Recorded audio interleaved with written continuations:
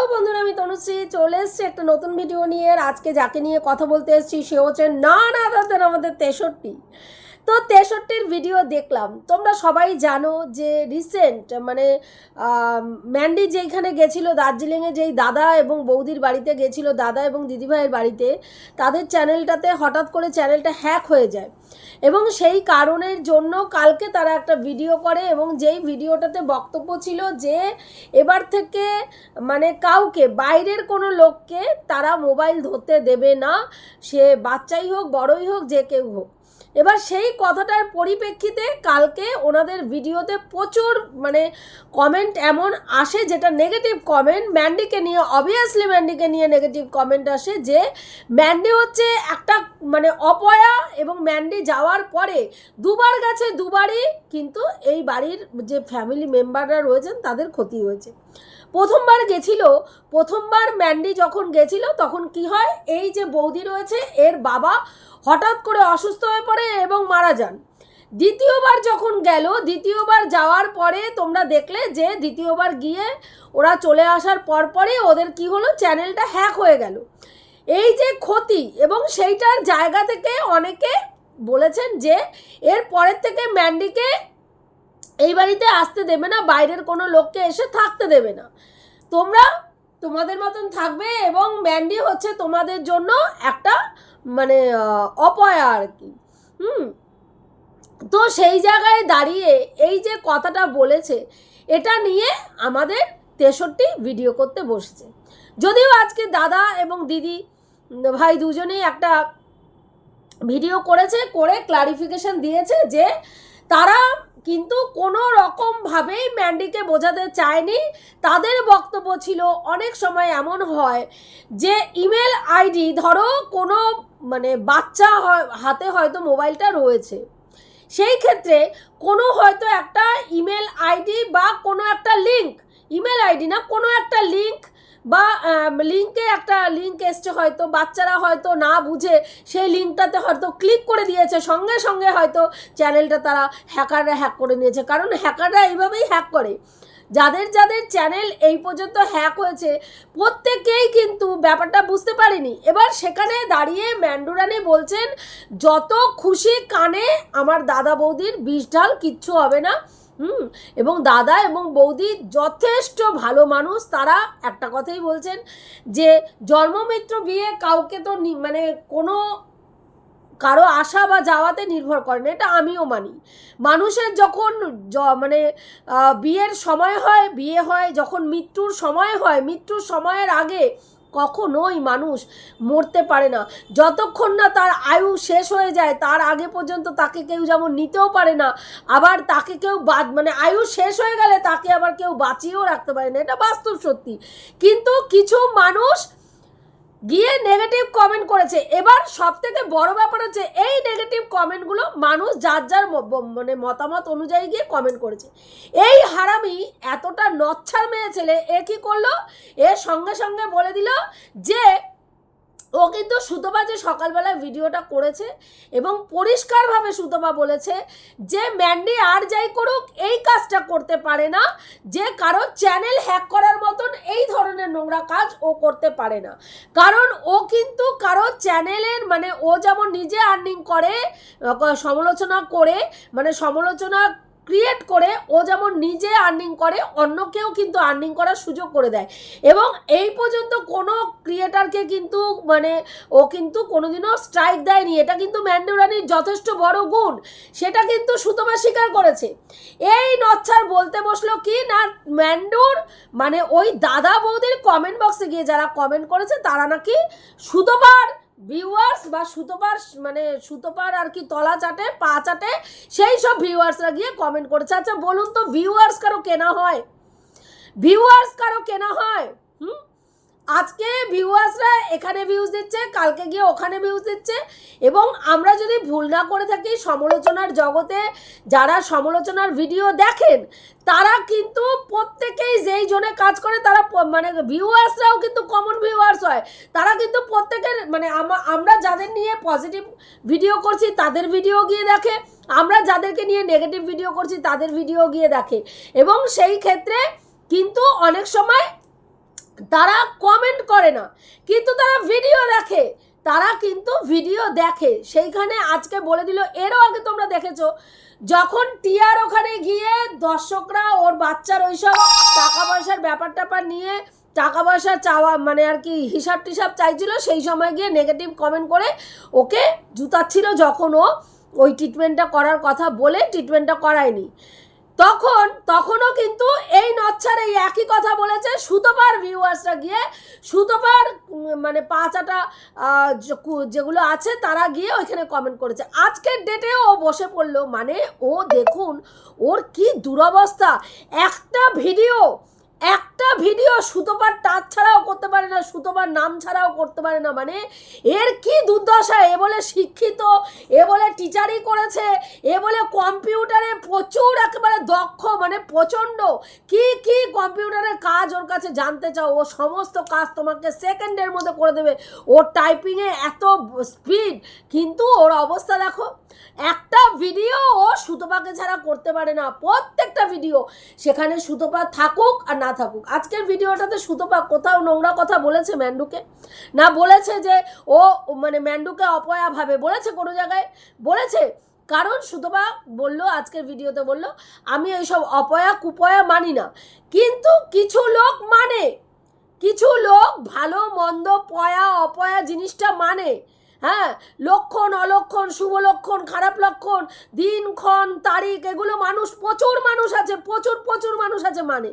এবং কিছু কিছু মানুষ আজকে এই কথাগুলো বলছে কেন? কারণ ম্যান্ডু দুবার গেছে, দুবারই দুটো মারাত্মক অঘটন ঘটেছে ওনাদের জীবনে। প্রথমবার গেছে এই দিদিভাইয়ের বাবা মারা গেছে, সেকেন্ডবার গেছে ওনার চ্যানেলটা পুরো দমে হ্যাক হয়ে গেল। এই যে জিনিসগুলো এবার এইটার জন্য অনেকের মাথায় ঢুকে গেছে যে এই মেয়েটা অপয়া।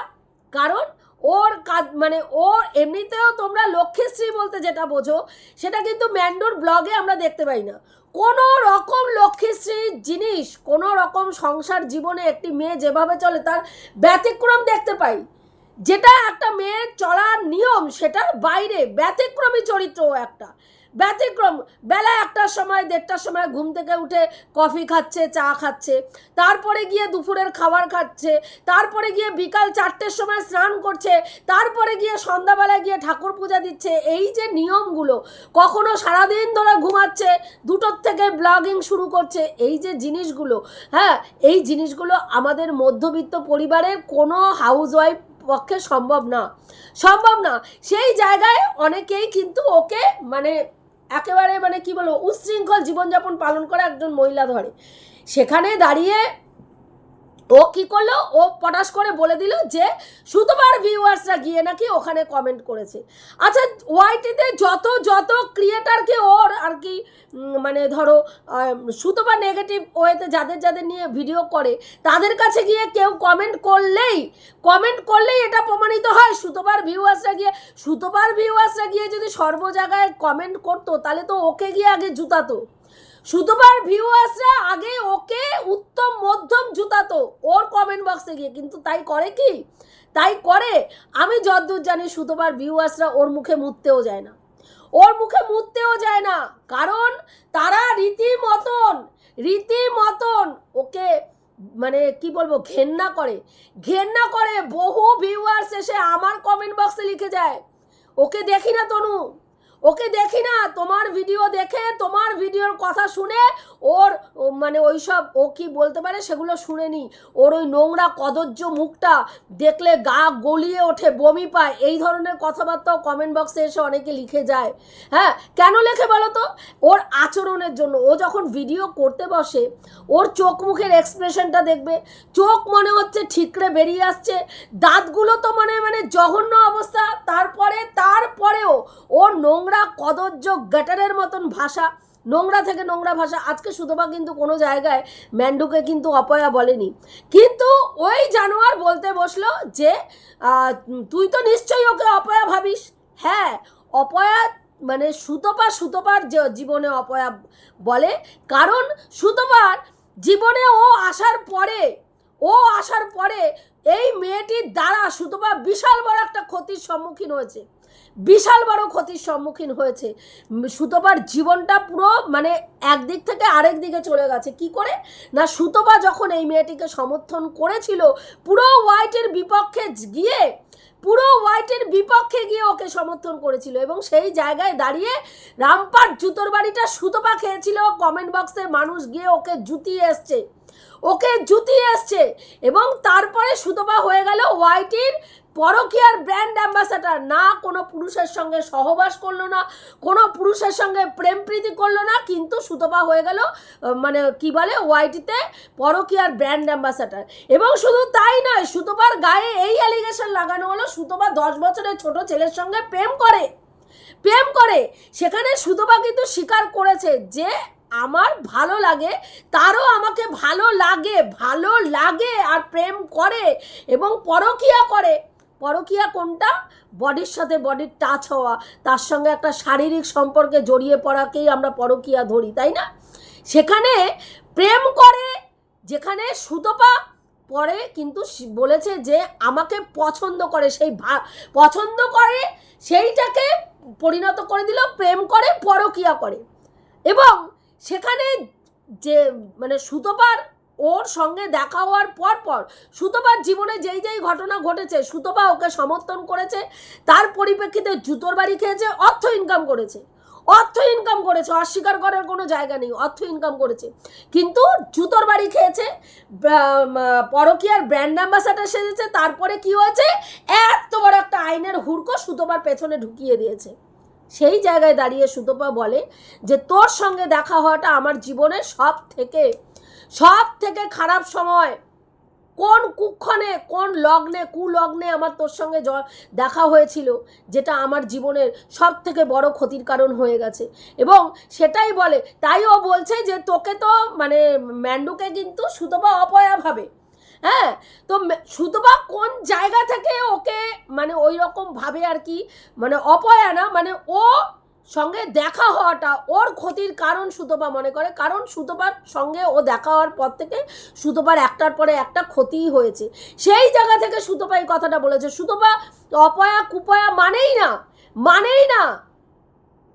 আজকে প্রতি সময় এই নচ্ছার সুতপাকে তুই অপয়া, তুই কুলাটা, তুই কুলক্ষণে, তুই অলক্ষণে, তুই মানে আরও কত কি বলে যায়। তোমরা সবাই সেই ভিডিওগুলো জানো যে ও কি বলে যায়।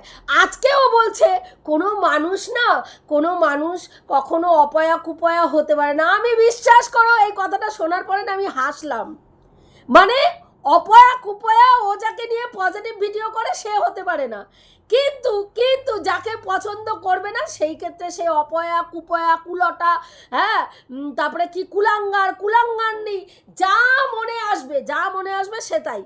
কিন্তু ও বলছে তুই আজকে বলতে বসলি যে চ্যানেল চলে গেলে মনে হয় সন্তানের মৃত্যু ঘটেছে, অথচ তুই আমার চ্যানেলে 3টে স্ট্রাইক দিয়েছিলিস। 3টে স্ট্রাইক কিভাবে দিয়েছিল তোমরা সবাই জানো।